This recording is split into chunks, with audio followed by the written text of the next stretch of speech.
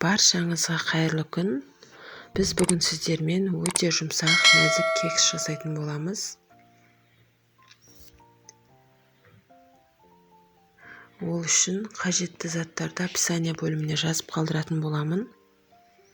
Видеоның соңына дейін қарап шығыңыздар. Алдымен 3 жұмыртқамызды құйып, шекерімізді салып, жақсылап араластырып алатын боламыз.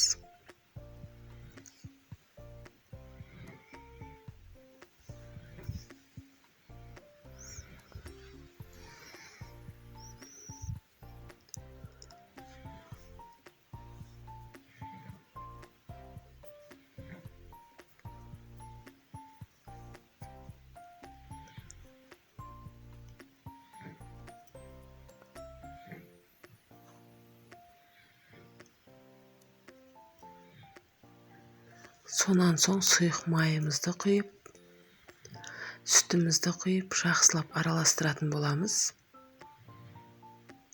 Сүтіміздің температурасы маңызды емес.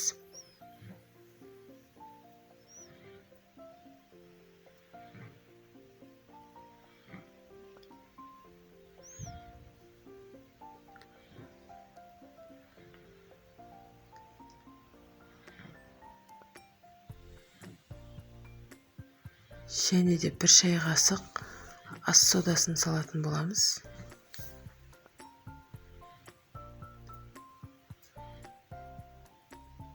Соңынан ұнымызды салып, түйіршігі қалып кетпейтіндей етіп жақсылап араластыратын боламыз.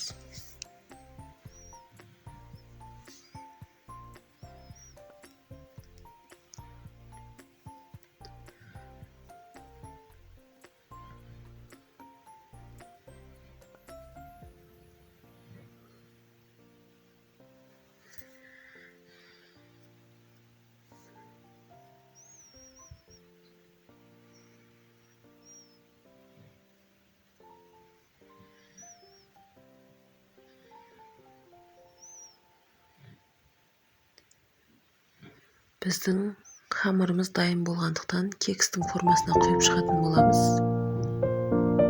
Әр формаға 2 ас қасықтан құйып шығатын боламыз.